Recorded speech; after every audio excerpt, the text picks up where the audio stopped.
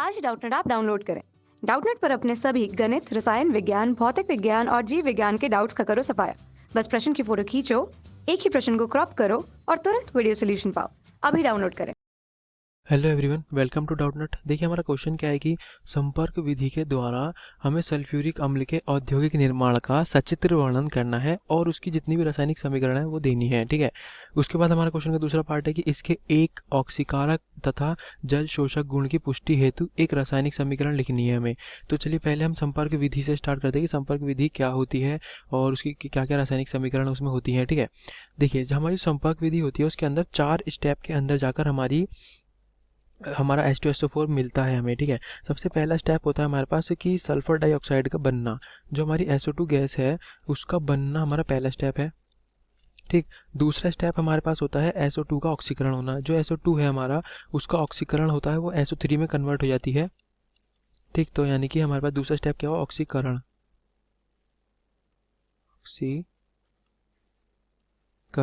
तो SO2 का ऑक्सीकरण हो जाता है SO3 के अंदर। फिर तीसरा स्टेप हमारे पास होता है कि जो हमारे पास SO3 आती है वो SO3 H2SO4 में परिवर्तित होती है।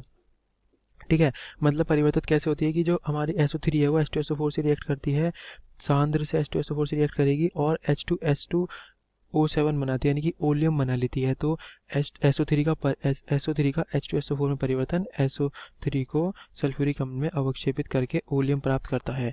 तो यानी कि तीसरे स्टेप में हमें ओलियम प्राप्त होता है।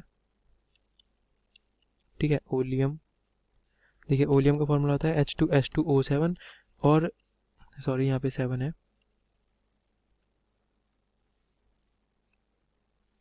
ठीक है, और चौथा स्टेप हमारे पास होता है हमारा कि जो हमें ओलियम मिला है उस ओलियम का हम उसमें पानी मिला देते हैं और हमें H2SO4 मिल जाता है। ठीक है, ओलियम से पानी मिलाकर हमें H2SO4 मिल जाता है। तो ये हमारा फाइनल स्टेप होता है, लास्ट स्टेप। तो सबसे पहले हमारा SO2 बनती है, फिर SO2 से SO3 बनती है, SO3 से बनता है ओलियम, ओलियम से बनता है हमारे पास H2SO4। ठीक है, तो चलिए हम अपने डायग्राम के थ्रू इन्हें समझते हैं और स्टार्ट करते हैं कैसे कैसे प्रोसेस होती है। देखिए ये हमने यहाँ पे एक डायग्राम बनाया है सल्फ्यूरिक अम्ल के निर्माण की जो संपर्क विधि है उसका। ठीक है, तो इस डायग्राम में देखिए हमने क्या देखा, सबसे पहले हमारा लगा है सल्फर बर्नर। सल्फर बर्नर, ठीक, ये हमारा सल्फर बर्नर है। इस सल्फर बर्नर में क्या होगा, हमारे पास जो सल्फर है और सल्फर के जो ऑक्साइड अयस्क हैं, सॉरी सल्फर और सल्फर के जो अयस्क है वो वायु में जलकर सल्फर डाइऑक्साइड प्राप्त करेंगे। ठीक है, देखिए कैसे, यहाँ पर हमारे पास आएगी वायु यहाँ से और ये हमारे सल्फर और उसके अयस्क हैं। ठीक है, सल्फर है ये हमारी, यहाँ पर ये हमने सल्फर रखी है इस तरीके से। ठीक है, जब ये वायु यहाँ से हम प्रवेश कराएंगे तो ये क्या होगा, इसके अंदर वायु के अंदर जलेंगे और जलकर हमारी SO2 बना लेंगे। ठीक है, यहाँ पर जल के SO2 बना लेंगे। देखिए इसकी रिएक्शन कैसे होगी, हमारी रिएक्शन बताता हूँ। सल्फर बर्नर के अंदर क्या होगा, सल्फर बर्नर में हमारी जो हमारा S8 है सल्फर का जो अयस्क है वो ऑक्सीजन के साथ रिएक्ट करेगा, जलेगा और हमारा SO2 बना लेगा। ठीक है, और दूसरी रिएक्शन ऐसे भी है कि FeS2 भी हम डाल सकते हैं इसमें, सल्फर का अयस्क जो है FeS2। ठीक है, वो जो हमारा ऑक्सीजन से रिएक्ट करेगा वो बनाएगा हमारा Fe2O3 और प्लस में ऐसे SO2 बना देगा इस तरीके से। ठीक है, SO2। तो देखिए यहाँ से हमें इन दोनों रिएक्शन से SO2 मिल चुकी है। ठीक है, हमें SO2 हम यानी कि हमारा पहला स्टेप कंप्लीट हो चुका है। पहले स्टेप में हमने क्या किया था, यहाँ से हमने वायु का प्रवेश कराया, वायु प्रवेश कराई और यहाँ पर हमने सल्फर या उसके सल्फर के अयस्क रख दिए।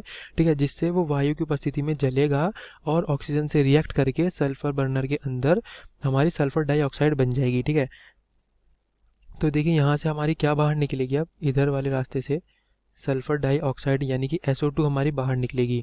यहाँ से वायु प्रवेश हुई थी, यहाँ सल्फर रखा था, यहाँ से सल्फर डाइऑक्साइड बाहर निकली। ठीक, अब ये सल्फर डाइऑक्साइड है ये अशुद्ध है और इसके अंदर हमारी ऑक्सीजन भी है, इसके अंदर हमारी ऑक्सीजन भी है, ये हमारी अशुद्ध है पूरी। ठीक है, अभी सिर्फ हमने एक सल्फर डाइऑक्साइड का कुछ पोर्शन हमने प्राप्त कर लिया है। अब देखिए हम चलते हैं आगे इधर, ये हमारे पास धूल अवक्षेप है। जो भी हमारी सल्फर डाइऑक्साइड हमें मिली है उसके अंदर जितने भी धूल के कण हैं ये हमारे हैं धूल अवक्षेप। धूल अवक्षेप का मतलब है कि जितने भी हमारे धूल के कण हैं वो यहाँ से बाहर निकल जाएंगे। ठीक है, इस फिल्टर के थ्रू ये धूल अवक्षेप जो है इस फिल्टर के थ्रू ये धूल के कणों को बाहर निकाल देगा। ठीक, अब हमारे पास SO2 थोड़ा सा और प्योर फॉर्म में आया है, मतलब कि धूल के कण निकल गए हैं। अब हम चलते हैं अपने तीसरे टावर की तरफ, कॉलम की तरफ। देखिए इसमें क्या होगा हमारे पास, इस टावर का हमने नाम रखा है धुलाई तथा शीतलीकरण स्तंभ। ठीक है, इसका नाम हमने रखा है धुलाई तथा शीतलीकरण स्तंभ, धुलाई व शीतलीकरण स्तंभ। ठीक है, इस टावर का ये नाम है। देखिए जैसे आपको नाम से ही पता चल रहा होगा कि इसमें क्या होता है, हमने ऊपर से जल की फुहार होती है ये हमारी। ठीक, यहाँ से हमने जल डाला इस टावर के अंदर, यहाँ पर बीच में जाली लगी हुई है जिससे कि जो भी जल हम डालेंगे और जो SO2 गैस हमारी आएगी वो पूरे जल के संपर्क में अच्छे से आ जाए। ठीक है, तो यहाँ से SO2 गैस आएगी अंदर और ऊपर की तरफ जाएगी और यहाँ से जल की फुहार नीचे की तरफ आएगी, तो वो जल से मिलेगी और हमारा जो वो SO2 है वो एक तो देखिए इसमें क्या हुआ, शीतलीकरण हुआ। शीतलीकरण का मतलब है कि जो हमारी SO2 गर्म हो रही थी वो ठंडी हो जाएगी। ठीक है, ठंडी हो गई और दूसरा हमारे पास SO2 की धुलाई हो जाएगी। और अगर मतलब जो फ़िल्टर से थोड़े बहुत जो पार्टिकल बचे होंगे हमारे SO2 के अंदर धूल वगैरह के या फिर और कोई अशुद्धि, वो जल के साथ नीचे बैठ जाएगी और जो भी हमारी गंदगी होगी वो इस रास्ते से बाहर निकल जाएगी, यहाँ से बाहर निकल जाएगी। जो भी हमारी जल की अशुद्धि है, ठीक है, वो इस रास्ते से बाहर निकलेगी और यानी अब देखिए हमारे पास जो SO2 है उसकी धुलाई भी हो गई है और वो ठंडी भी हो गई है। ठीक है, अब वो ठंडी SO2 और थोड़ी सी साफ, ज़्यादा साफ SO2 वो इधर से बाहर निकलेगी, यहाँ से SO2 बाहर निकलेगी। ठीक, वो जाएगी हमारे पास शुष्कन स्तंभ के अंदर। इसका नाम हमने रखा है शुष्कन स्तंभ। क्या नाम हमने रखा है इसका? शुष्कन स्तंभ। ठीक है, ये हमारे पास शुष्कन स्तंभ, इसे हम क्यों कहते हैं वो बताता हूँ मैं आपको। देखिए शुष्कन स्तंभ में क्या होता है, हम ऊपर से सल्फ्यूरिक अम्ल की सांद्र मात्रा जो होती है ना, मतलब सांद्र सल्फ्यूरिक अम्ल, उसकी फुहार करते हैं यहाँ से हम। किसकी? सांद्र सल्फ्यूरिक अम्ल, सांद्र मतलब कंसंट्रेटेड, H2SO4 की फुहार करते हैं। आप सोच रहे होंगे कि इसमें H2SO4 ही बनाना है तो H2SO4 की फुहार क्यों कर रहे हैं। देखिए जब हम सांद्र H2SO4 की फुहार करेंगे ना SO2 के ऊपर, तो वो जो हमारे पास उसके अंदर जो भी जल के या वाटर के पार्टिकल्स थे, मतलब जो भी वो गीली हो रखी थी वो सूख जाएगी और बिल्कुल शुष्क हो जाएगी। हमें शुष्क ही चाहिए थी, वो शुष्क हमें इस शुष्कन स्तंभ में प्राप्त हो जाएगी। ठीक है, और जो भी अपशिष्ट जल होगा वो इस रास्ते से बाहर निकल जाएगा। देखिए यहाँ पर इस रास्ते के थ्रू बाहर निकल जाएगा यहाँ से। ठीक है, यहाँ से हमारा जो भी जल अशुद्धि है, जो अपशिष्ट जो जल है वो सारा बाहर निकल जाएगा। अब हमें कौन सी SO2 प्राप्त हुई? जो हमारी शुष्क है और शुद्ध भी है। ठीक है, अभी भी बट उसमें SO2 प्राप्त हुई शुष्क, अभी भी उसमें थोड़ी बहुत गंदगी रह जाती है। ठीक है, थोड़ी बहुत गंदगी रह जाती है तो हम क्या करते हैं, देखिए यहाँ से जो SO2 हमें आ रही है उसको हम जिलेटिन फेरिक हाइड्रोक्साइड युक्त आर्सेनिक शुद्धिकरण वाले इस स्तंभ में डाल देते हैं। ये हमारे पास जिलेटिन फेरिक हाइड्रो ऑक्साइड युक्त आर्सेनिक शुद्धिकरण शुद्धिकारक है। यहाँ पे हमारे पास, यहाँ जगह नहीं है तो मैं इसको नीचे लिख देता हूँ। ये है हमारे पास gelatin, gelatin ferric hydroxide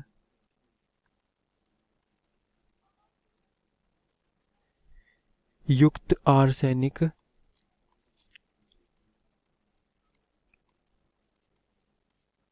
arsenic शुद्धिकारक, शुद्धिकारक।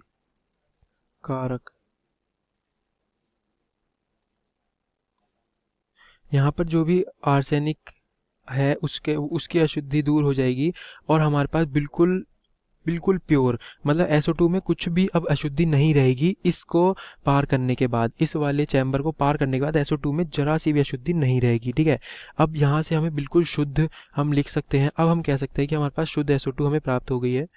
शुद्ध SO2 यहाँ से प्राप्त होगी और वो जाएगी इस वाले टावर के अंदर। इसके ये देखिए इसका नाम क्या है हमारे पास, इस टावर का नाम है हमारे पास पूर्व तापक। पूर्व तापक का मतलब क्या है, देखिए नाम से पता चल रहा है कि ये पूर्व तापक जो है ये हमारे पास ताप को बढ़ा देगा। इस SO2 का, जो हमारे पास ठंडी SO2 थी उसके ताप को बढ़ाएगा पूर्व तापक। पूर्व तापक क्या करेगा, SO2 को ताप को बढ़ा देगा। अब यहाँ से थोड़ी सी गर्म SO2 जाएगी हमारे पास ये वाले चैम्बर के अंदर, इस वाले स्तंभ के अंदर। इसका नाम है हमारे पास उत्प्रेरकीय परिवर्तक। उत्प्रेरकीय परिवर्तक, ठीक। उत्प्रेरकीय परिवर्तक से देखिए इसको हम रिएक्शन के थ्रू समझेंगे, ठीक है। यहाँ पर हमारे पास उत्प्रेरक का काम करता है V2O5 या फिर प्लेटिनम भी कह सकते हैं, प्लेटिनम भी कर सकता है। V2O5 या प्लेटिनम ये उत्प्रेरक के तरीके से कार्य करता है। यहाँ पर आप देख रहे होंगे ये उत्प्रेरक के तरीके से कार्य करेगा।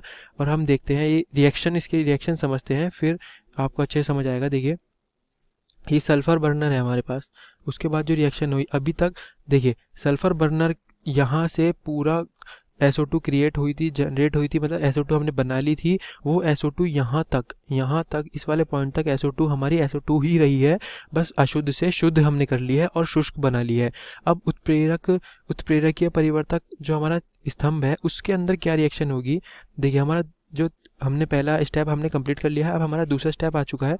दूसरा स्टेप क्या था हमारे पास कि SO2 का ऑक्सीकरण होगा और वो सल्फर ट्राईऑक्साइड बना लेगी, ठीक है। देखिए कैसे, SO2 का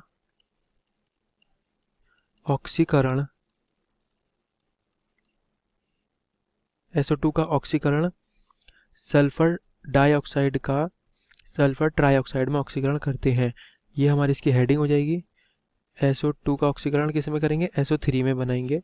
तो देखिए कैसे, यहाँ पे हमारी SO2 आई गैस के रूप में, ठीक है। उसको हमने ऑक्सीजन मतलब ऑक्सीकरण करा, तो ऑक्सीकरण हमारे पास देखिए, और हमने जो हमारे पास पूर्व तापक था उससे उसका तापमान बढ़ा दिया था। तो तापमान हमने लगभग कर देंगे 400 से 500 डिग्री सेंटीग्रेड तक, ठीक है। और प्रेशर रखेंगे हम 2 बार नीचे, ठीक है। अगर वापस जाना है तो देखिए, तो यहाँ पर क्या हुआ, SO2 O2 से रिएक्ट करके मतलब SO2 का ऑक्सीकरण होगा और हमारे पास SO3 बना लेगा, ठीक है। SO3 से बैलेंस कर लेते हैं, 2SO2 और 2SO3, ठीक है। ये भी हमारी गैस ही है अभी, और यहाँ से एनर्जी निकलेगी, ऊष्मा निकलेगी।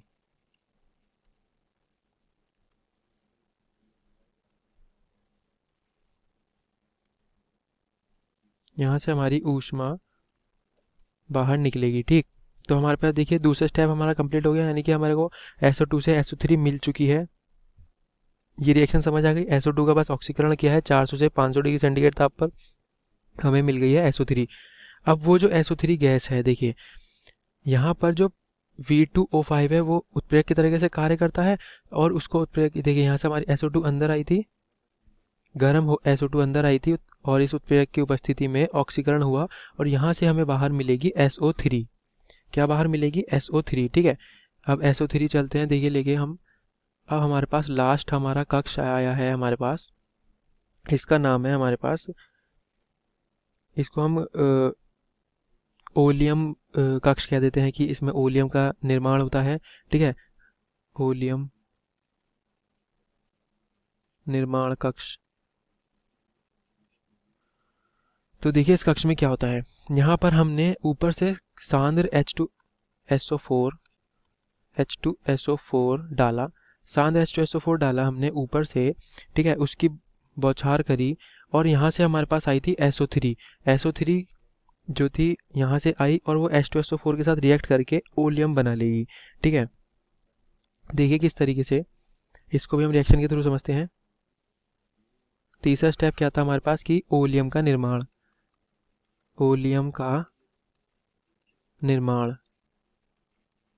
तो देखिए क्या हुआ, ओलियम का निर्माण किस तरीके से हुआ।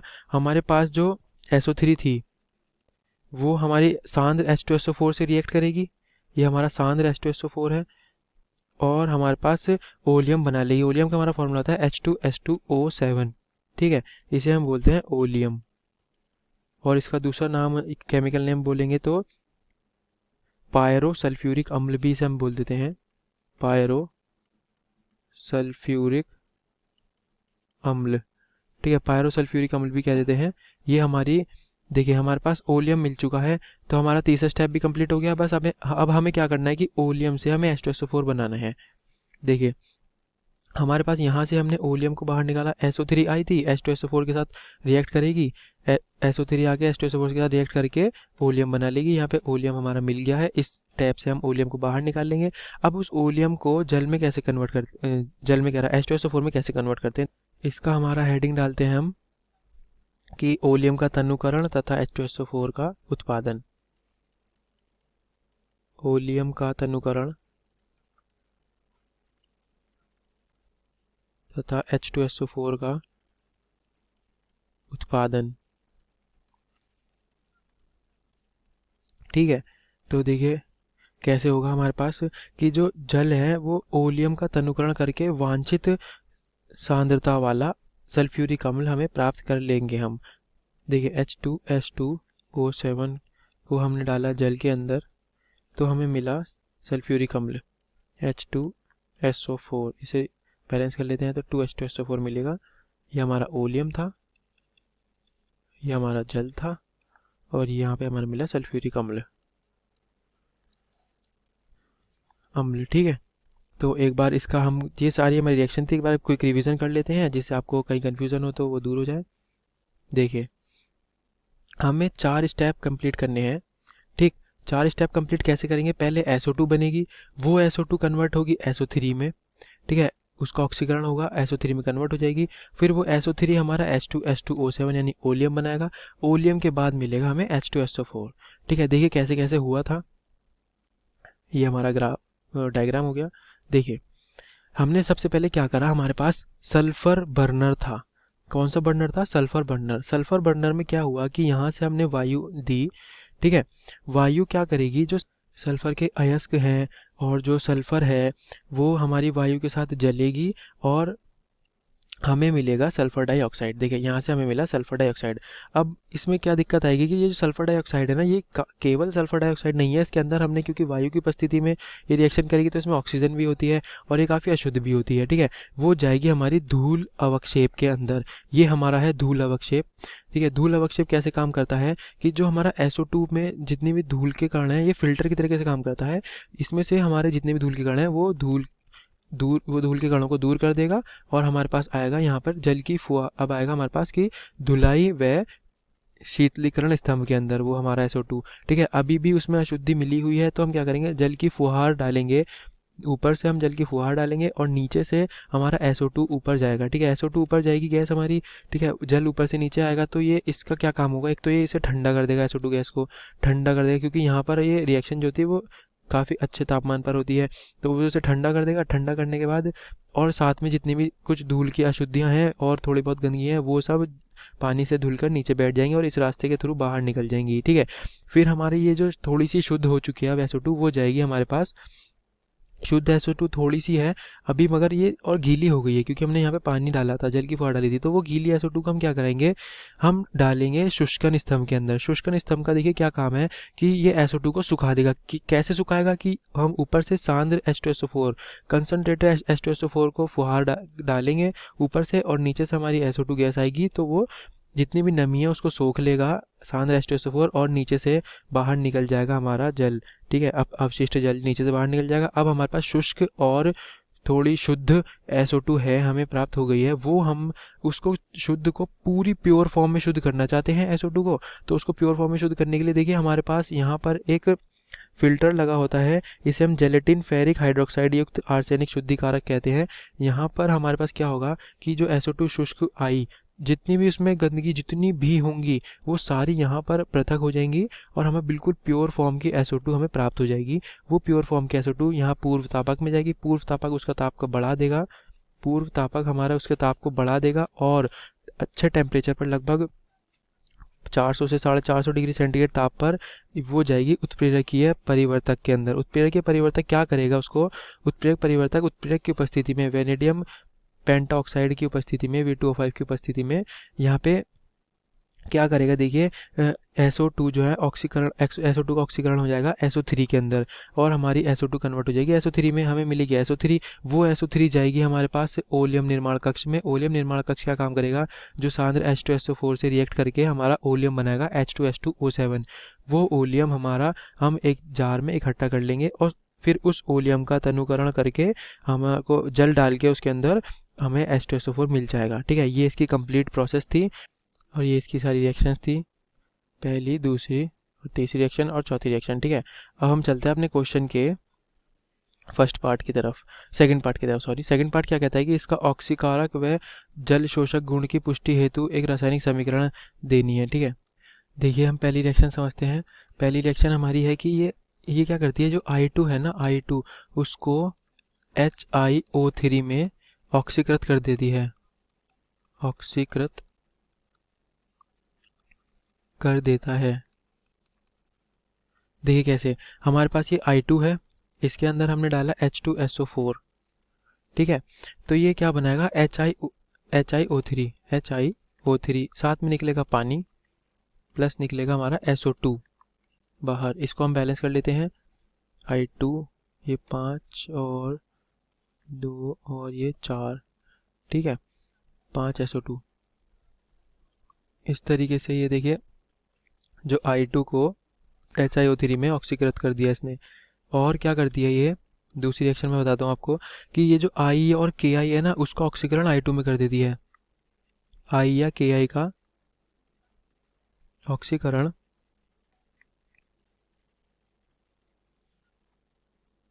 I2 में कर देती है, ठीक है। देखिए कैसे, यहाँ पे हमने डाला Ki, उसके अंदर H2SO4, तो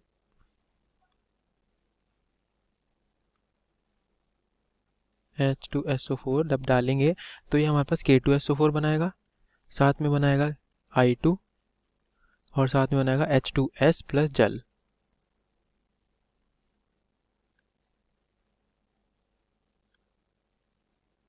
H2S प्लस जल, ठीक है।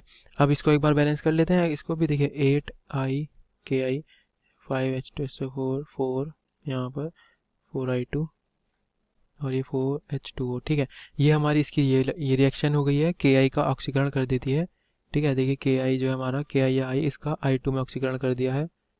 और अब हम समझते हैं इसके दूसरे और एक और लास्ट क्वेश्चन। हमारा जो लास्ट स्टेप है वो क्या है, ये पूछ रहा था इसमें कि ये निर्जलीय कारक के रूप में कैसे उपयोग होती है, मतलब कि जल को कैसे बाहर निकालती है, ठीक है, किसी भी चीज़ को सुखाती कैसे है। देखिए हमने क्या करा, हमने लिया यहाँ पे एथिल अल्कोहल, उसका निर्जलीकरण कैसे हुआ वो दिखाते हैं। देखिए एथिल अल्कोहल का फॉर्मूला C2H5OH है, ठीक है, ये निर्जलीकरण हो रहा है। हमने क्या करा, इसको H2SO4 की उपस्थिति में 160 डिग्री सेंटीग्रेड पर 160 डिग्री सेंटीग्रेड पर देखिए ये जल बाहर निकाल देगी एथिल अल्कोहल में से, और हमें बचेगा C2H4 प्लस जल बाहर, ठीक है। ये इस तरीके से हमारा जो विलयन होता है उसमें से उसको जल को बाहर कर देती है, ठीक है। तो ये हमारे पास इसका निर्जलीकारक रूप था। आई होप आपको ये वीडियो समझ आया होगा। ये इसका कंप्लीट सॉल्यूशन था। Thank you for watching. कक्षा 6वीं से 12वीं से लेकर नीट IIT JEE वो एडवांस के लेवल तक 1 करोड़ से ज़्यादा छात्रों का भरोसा। आज ही डाउनलोड करें डाउटनेट ऐप या व्हाट्सएप करें अपने सारे डाउट्स 8400 400 400 पर।